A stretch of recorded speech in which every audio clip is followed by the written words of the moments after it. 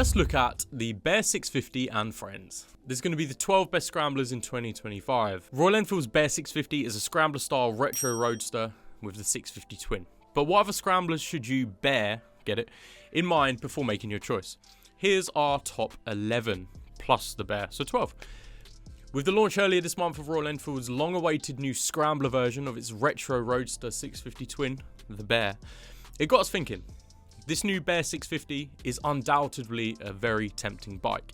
It's based on Royal Enfield's already hugely popular Interceptor 650 twin, which has been a bestseller due to its combination of easy and effective 47 brake horsepower performance and its classic style and sub £7,000 affordability.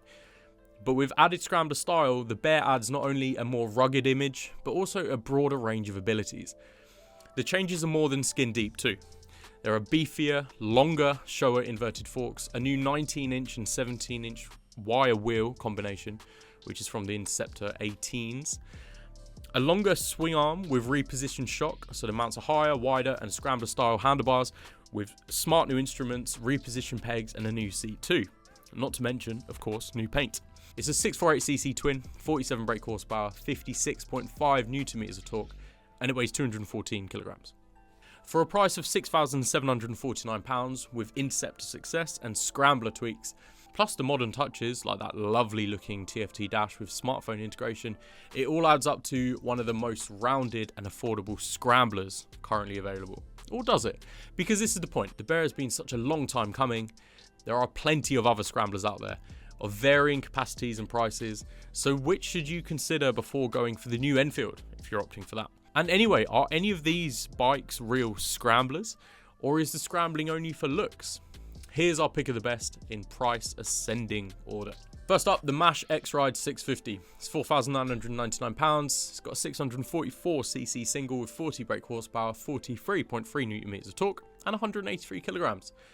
Now this is proof that you sometimes can buy brand new old bikes. If the X-Ride 650 looks familiar, like some kind of 70s throwback, that's because it is. It's produced by the Belgian-Chinese brand MASH, who, like Britain's AJS and others, specialise in fairly basic Chinese-built budget bikes that have been restyled and badged by their European counterparts. The X-Ride is effectively a big bore 1970s trail bike, so it actually isn't a true modern scrambler. But with all the good and the bad that goes with it, on the good side, it's cheap, and at a glance looks the spitting image of Yamaha's groundbreaking 1976 XT500, which is the first big bore Japanese thumper trailer that went on to win the first two Paris-Dakar rallies. It's fairly authentic too, being powered by a copy of Honda's old air-cooled Dominator 650 engine, which delivers a characterful, lumpy ride. On the bad, it's also undeniably basic and crude, you could say. Things like its small LCD dash clash with the style, build quality isn't great, and the practicality is limited. You certainly wouldn't want to cruise down the M1 on one of these, but you could if you wanted to. Also, if the 70s style and experience appeal, it does have the charm. Let's rate this one 3.5 Bike Matters helmets out of 5, our new rating scheme. Next up, we have the Honda CL500. This one's priced at £5,499, and for the spec, 471cc, so twin, 46 brake horsepower with 43.3 Nm of torque and 191 kilograms. So the CL is the latest addition to Honda's hugely successful A2 license, as in under 47 brake horsepower, specific CB500 family, and is the scrambler version of the breed. The CB family first launched in 2014 with the CBR 500R Sportster and the CB 500 Roadster, quickly followed by the CB 500X adventure bike and then the CMX 500 Rebel Cruiser. All were based around a new, friendly 47 brake horsepower twin with a similar frame and cycle parts, but with style-specific bodywork and features. Whilst the Rebel received a bespoke low-slung frame and detuned engine, all have been successfully updated and improved since. The CL, which revived the name of Honda's original 1970 Scrambler, was added in 2023. It boasts Scrambler-style necessities such as semi-knobbly tyres, an upswept exhaust, and cross-braced trail handlebars, but delivers much the same novice-friendly but still brisk ride in a reassuringly well-built, durable, typical Honda package. It's also temptingly affordable. I really enjoyed that launch ride when I was riding for Visor Down way back when. Let's review this one. A solid 5 Bike Matters helmets out of 5. Looks great. Next up, we have the Husqvarna Svartpilen 401. This one's priced at £5,599. It's got a 398cc single with 44 brake horsepower and 39.3 Nm of torque, and it weighs 159 kilograms. When the historic Swedish brand Husqvarna was bought from BMW by KTM in 2013, it's no surprise that its models since have mostly been restyled KTMs. But in the Svartpilen's case, that's no bad thing. A restyled Scrambler-inspired roadster and sister bike to the more cafe racer Vitpilen, the Svartpilen 401 is basically a KTM Duke 390, but with its own unique bodywork and clogs. The result has all the punchy, lightweight, nimble performance of the Duke and the same quality, modern liquid-cooled engine, WP suspension and sharp brakes, but with a retro mod style all its own. You've got enough Scrambler signatures, semi-knobbly tyres, wire wheels, trail-style handlebars, etc. to satisfy, and also an oddball exclusivity compared to the more common KTMs that can appeal too. It's also no longer far more expensive than the KTM. On the slight downside, the Svartpilen is less of a conventional retro-styled Scrambler, and its lightweight single-cylinder platform, whilst great on short rides or around town, is less versatile than many too. Let's rate this one 4 Bike Matters helmets out of 5. Moving on, we have the Triumph Scrambler 400X. Price currently at £5,795. It's got a 398cc single with 40 brake horsepower and with 37.9 Nm of torque and 179 kilograms. Introduced in 2024 as modern Triumph's first single with the collaboration of Bajaj and the first sub 600cc machine, the all-new Scrambler 400X, along with its roadster stablemate, the £5,195 Speed 400, has, by all accounts, been a huge success, particularly in sales. That's no doubt due to its combination of its entry A2 level manners, performance and price, smart, on-trend Scrambler style with big wheels, semi-knobblies, trail bars and more, and the Triumph badge, of course. Although it's also worth emphasising that its impressive 40 brake horsepower engine and sweet handling also make it one of the better performing bikes in the 400cc single class. Certainly I thought so when I rode it. Further advantages include a temptingly affordable price, an established dealer network and good range of official factory accessories. 5 Bike Matters helmets out of 5. Really good fun. If you want to check out the review, top right, you know where to go. Next on the list we have the CFMoto 700 CLX Heritage. It's £5,999. It's got a 693cc twin. It's got 73 brake horsepower and 67.7 Nm of torque, weighing just 196 kilograms. So CFMoto is one of the more established, successful and ambitious of the emerging Chinese brands, fueled to some degree by a partnership with KTM, which sees its latest bike share some KTM components, uses the same Kiska styling house, and even extends to it now building in total KTM's relaunched 790 Adventure model. Its 700 CLX family, launched in 2021, was CFMoto's first foray into bigger bikes. It's based around an enlarged version of Kawasaki's now aging ER6N 650 parallel twin, and now comprises the Heritage, which is a sort of retro mod roadster with Scrambler overtones. The Sport, a more cafe racer interpretation with unspec'd brakes and suspension, and the taller, more touring equipped Adventure. Check that torque figure as well, cool. Like the Husqvarna, the Heritage's Scrambler qualifications may be less than some, but it's a decent performer, if a little crude and raw compared to a Japanese or European machine. It's reasonably equipped, stylish, and at a current offer price of £4,999, complete with a 4-year warranty, it's pretty incredible value. Let's rate this one 4.5 Bike Matters helmets out of 5. Moving on slightly, we have the Moto Morini Seiemmezzo 650 SCR. This one's £6,399. It is a 649cc motor with 60 brake horsepower, 54.2 Nm of torque, and 200 kilograms. Nice and round. Now, it's another Chinese-European offering that's based around a version of Kawasaki's old ER6N parallel twin, but this time with a sweet style, brand name, and overall experience that's more than worth a second look. Since 2018, historic Italian brand Moto Morini has been owned by China's vast Zongneng vehicle group. The three-strong Seiemmezzo family, SCR Scrambler, STR Street and X-Cape Adventure, launched in 2022, are its first products since, with the promise of many more to come. And with Italian design, proven drivetrains and Chinese build and prices, they're among the most impressive of the breed. The SCR is the Scrambler, and with the usual styling tweaks of wire wheels, semi-knobbly tyres, trail bars, it's a stylish option and it rides impressively well, with also neat touches such as sleek TFT dash, Brembo brakes, and it's great value. On a slight downside, whilst growing, the dealer network is currently still a little bit limited, the power delivery is a little bit unrefined, and residuals and reliability are unproven. But I've got to say, I enjoyed riding this one when I was on the UK launch. The Scrambler has a much roomier position for a taller rider with that wider bar. Let's rate this one 4 out of 5 for the Bike Matters score. Moving on, we have the BSA B65 Scrambler. I believe this one's £6,499. It's powered by a 652cc single. It's got 45 brake horsepower and 55 Newton meters of torque. Weighs 218 kilograms.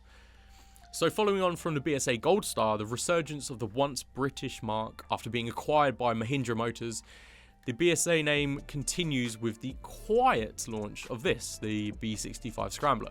We did spot this one at Motorcycle Live, and it looks like an impressive take on the classic Beezers of the 50s, 60s into the 70s, just like the Firebird Scrambler of 1971, which apparently the press weren't too keen on, and the buyer in public didn't take up, which could have led to the downfall of Birmingham-based BSA in 1973.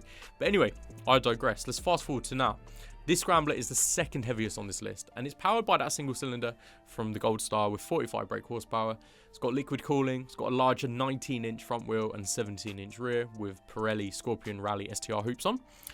And for the Scrambler feel, a front 41mm fork and rear twin shock setup with the 5-step preload on the rear. Spec-wise, it looks pretty good, and stylistically it looks nice too, with that retro flair. I'd imagine it will perform nicely on the road, and the downside could be a slight lack of performance at the top end, with only a 5-speed box and single cylinder working its heart out. Plus that larger weight, this could be a bit of a struggle on particularly difficult trails if you're deciding to ride it off-road. Will it rocket BSA into success for 2025? Let me know in the comments down below. For the rating, let's give it 3.5 Bike Matters helmets out of 5. Quick shout out to Lexham Insurance here as well. So if you're looking for a motorcycle or scooter insurance quote, you can head to lexhaminsurance.co.uk direct, or you can give them a call. See if you can save some pennies by calling Lexham. Next, we have the Fantic Caballero Scrambler 500, £6,749 of bike. It's got 449cc single with 40 brake horsepower and 43.3 Newton meters of torque, and it weighs 150 kilograms. Another revived European brand that's a result of Italian design and Chinese cost saving, Fantic was an off-road powerhouse in the 1970s and 80s before its collapse, but its modern revival is also impressive. The Caballero was launched in 2019, inspired by those bikes, but using a Chinese Zongshen engine. It comes in a variety of forms, the Rally, Explorer and the Deluxe, but all are cute, quirkily different, punchy and great fun. They're not as cheap as some, and that 449cc single limits practicality, although Fantic have since added a 70 brake horsepower twin-cylinder MT-07 powered 700cc version, but that does cost £9,699. But as an affordable, feel-good Sunday afternoon fun bike that's bang on the Scrambler trend, there are a few better than this one. We'll rate it 4 Bike Matters helmets out of 5, but to the right person, it could be a 5 out of 5 bike. Next up, we have the Benelli Leoncino 800 Trail. It's £6,999, a 754cc motor with 80 brake horsepower and 67.7 Newton meters of torque. It weighs 224 kilograms. Quite weighty. Another revived historic Italian brand that's now offering a range of affordable Chinese-built bikes. Benelli was bought by the Chinese Qingjiang Motor Group in 2005. Let me know in the comments how you actually say it, because I've completely butchered that and I'm so sorry. And it has since been growing, in any case, its range of Italian-styled but Chinese-built machines, which currently include 125s up to the 800cc twins. The Leoncino 800 is its biggest current offering, and the weightiest on this list, and is available in straight roadster guise or as the pseudo Scrambler Trail, again with, yes, wire wheels, semi-knobblies, trail bars, and both are again powered by a version of the Kawasaki's old ER6N twin, very popular motor, and in this case enlarged to 754cc. Performance is decent, if again a little raw. It's well equipped and substantial, and also again it's impressive value at its currently reduced price. The weight does let it down a little bit for me though, so let's give it 3.5 Bike Matters helmets out of 5. Nearing the end of our list, we've got the Triumph Scrambler 900. This one is £9,795. It's got the 900cc twin engine in, 64 brake horsepower, 80 Nm of torque, and it weighs 203 kilograms. If authenticity, quality, and badge envy are important to you, there's probably no better sub-1000cc Scrambler than the latest version of the bike that started it all. Revived historic British marque Triumph launched the very first modern Scrambler Retro when it unleashed a Scrambler version of its then 865cc Bonneville Retro Roadster in 2006. That bike set the Scrambler template of knobbly tyres, larger front wheel, trail handlebars, and proved that such a success, it spawned a whole new class.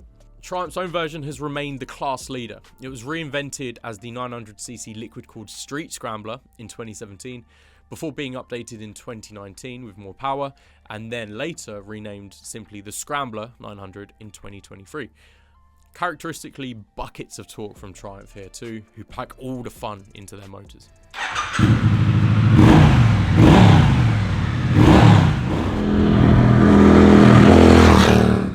It's definitely stylish, well built, authentic, and a pleasant performer with lots of kudos and accessory options, but it's not the cheapest. Worth mentioning also, I reviewed the Scrambler 900 last year here on Bike Matters, so give that a watch. This one's 4.5 Bike Matters helmets out of 5, and I think that's a very worthy score. And here we have the Ducati Scrambler Icon, £10,199 for this one.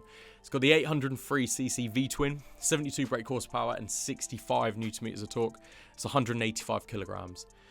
Top of the list, and the priciest option here, Italian legends Ducati might argue that it was they that invented the Scrambler when it came up with a family of single-cylinder trail bikes that became big hits in the US in the 1960s. In fact, when the Italian brand jumped on the retro bandwagon in 2015 with a family of accessible, affordable, retro-inspired V-twins, it put them all under a new Scrambler sub-brand, Ducati Scrambler.